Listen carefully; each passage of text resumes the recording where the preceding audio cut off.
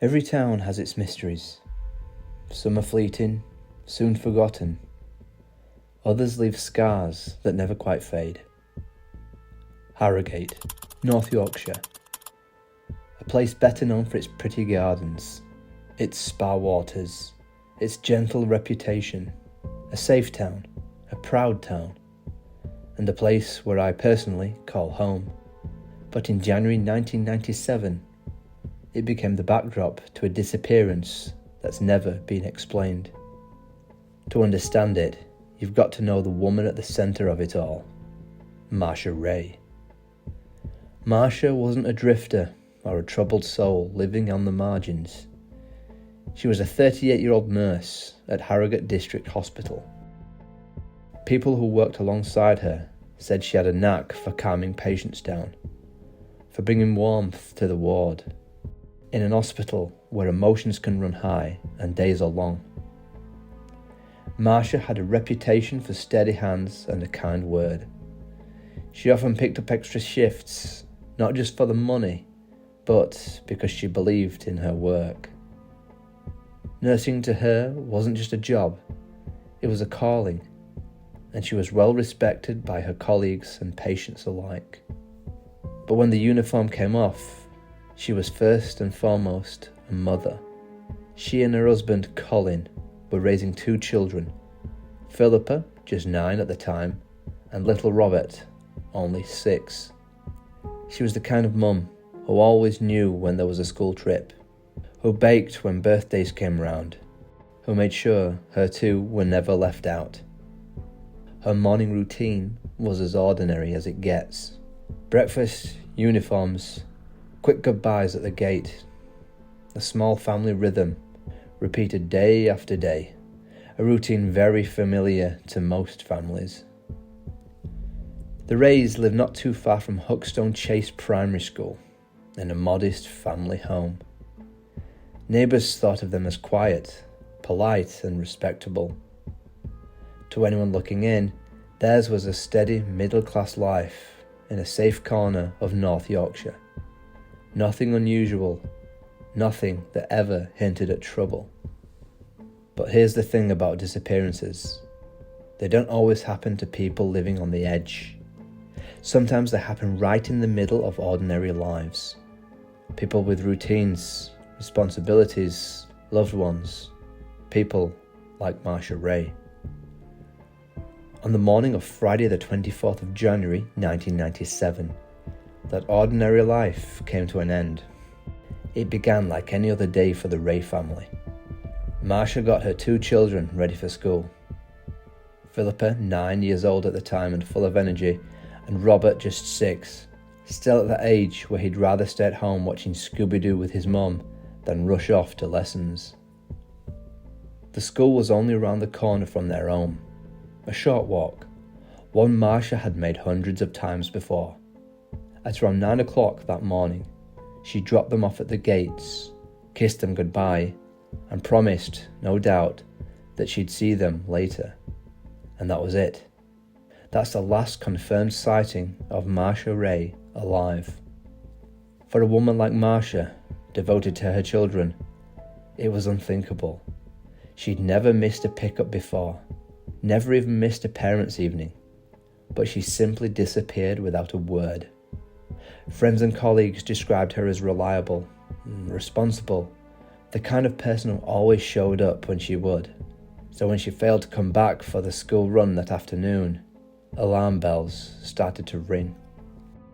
But let's pause that for a moment, because in those crucial hours between the morning school drop-off and the afternoon, nobody really knows what happened. Did Marsha go straight home? Did she run an errand? Did she meet someone? Those hours have never been accounted for. They are the gap in the story. The gap detectives have been trying to fill for nearly 3 decades. What we do know is this: Marsha didn't pack a bag. She didn't take clothes, or money, or anything to suggest she was planning to leave her life behind. Her husband Colin later told police that she'd mentioned wanting a few days away, but for those who knew her, it didn't add up. This was a woman who lived for her kids, who worked shifts at the hospital. Walking out simply wasn't in her character. And yet, she was gone. No messages, no sightings, no word, just silence. By the end of that school day, Philippa and Robert stood waiting, searching the crowd for their mum. She never came. Teachers had to call their father, and by that evening, the Wray family home was no longer just an ordinary house in Harrogate. It was a starting point of one of the most baffling missing person cases in North Yorkshire's history. 2 days after Marsha vanished, Sunday the 26th of January 1997, her red Metro Quest was seen parked near the Nid Gorge in the small neighbouring town of Knaresborough. A beauty spot, but also a place that can feel cold and lonely in the wrong light. Locals remember that car sitting there, in the lay-by next to the gorge, unmoved, silent, and by the 28th it was still there.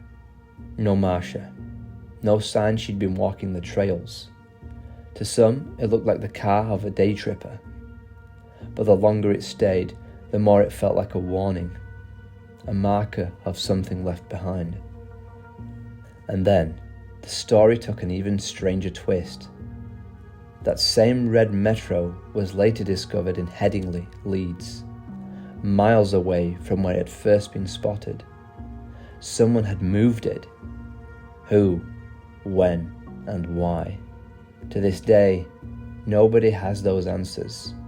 For it to vanish with her was suspicious enough, but for it to reappear in a different town entirely, that was just something else. Had Marsha driven it there herself?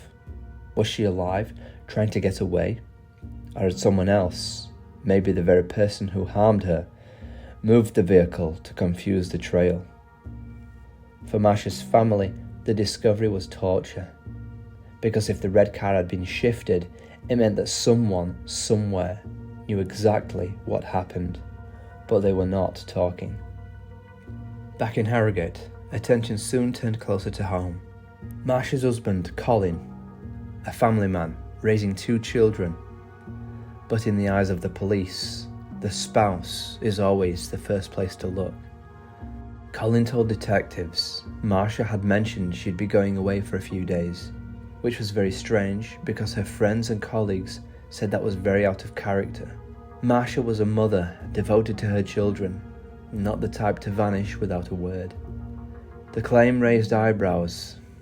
Was it the truth? Or was it a story meant to explain her absence?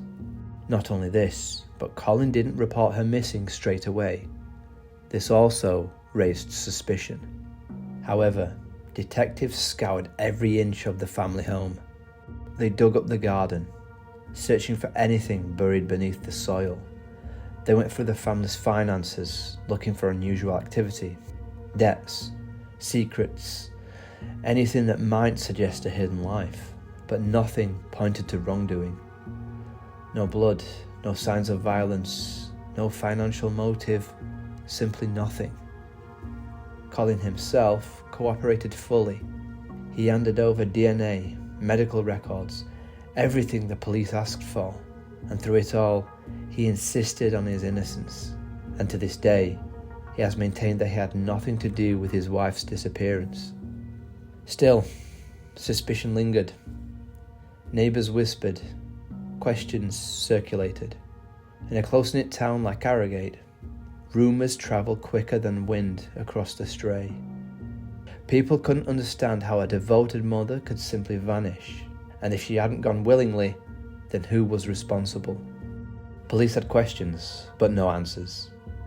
A car abandoned, then moved. A mother who vanished in daylight. A husband under scrutiny, but nothing to charge him with. By the late 90s, despite searches, interviews, appeals and investigations, everything came to a standstill. The trail had gone cold, and for Marsha's children, Philippa and Robert, the hardest truth was setting in. Their mother wasn't coming home. Every Christmas without her was a cruel reminder that no one knew where she was, or what had happened. Today, Marsha Wray is officially presumed murdered. The most likely reasons for her disappearance are as follows. Marsha was the victim of a targeted murder. One of the most discussed possibilities is that Marsha was deliberately killed on the day she disappeared. Investigators have suggested that someone may have been waiting for her after she dropped off her kids at school. Another possibility is that Marsha was lured or persuaded to meet someone she knew on that morning. This could have been someone she'd been in contact with secretly or casually. Perhaps a friend, acquaintance, or even a romantic interest. You see, normally, when she dropped her kids off at school, she would go straight home, straight up the road. But on this occasion, she made a left turn after leaving the school, which suggests she may have intended to go somewhere else other than home. If this meeting turned dangerous, it could have led to her disappearance, and likely her death. A crime of opportunity. It's also possible that Marsha became the victim of a spontaneous crime. Harrogate, while generally considered very safe, still had isolated areas, including the route she may have taken from school. If she encountered someone with violent intentions, it could explain her sudden disappearance. The relocation of her car from Nid Valley Gorge to Leeds could indicate that whoever was responsible tried to remove evidence and create confusion. Involvement of someone close to the family. Given the initial police suspicion surrounding her husband Colin Wray, another theory is that the person responsible was very close to Marsha, someone with knowledge of her daily routine and habits. Even though Colin consistently maintained his innocence and cooperation with investigators, it's clear that authorities considered the possibility. A family member, a close friend, or someone in a social circle might have had the motive or opportunity to harm her. So, what do you think happened to Marsha? Did she meet with a stranger in the gorge? A lover? Was she abducted? Was there a cover-up closer to home? Or is the truth something far stranger than anyone has guessed? One thing's for certain though, someone, somewhere, still holds the answer. And until they speak, Marsha's story is unfinished. Anyway, that's all we've got time for today. Thanks for watching my video. Remember to subscribe and leave a thumbs up. I'll see you in the next one. Cheers.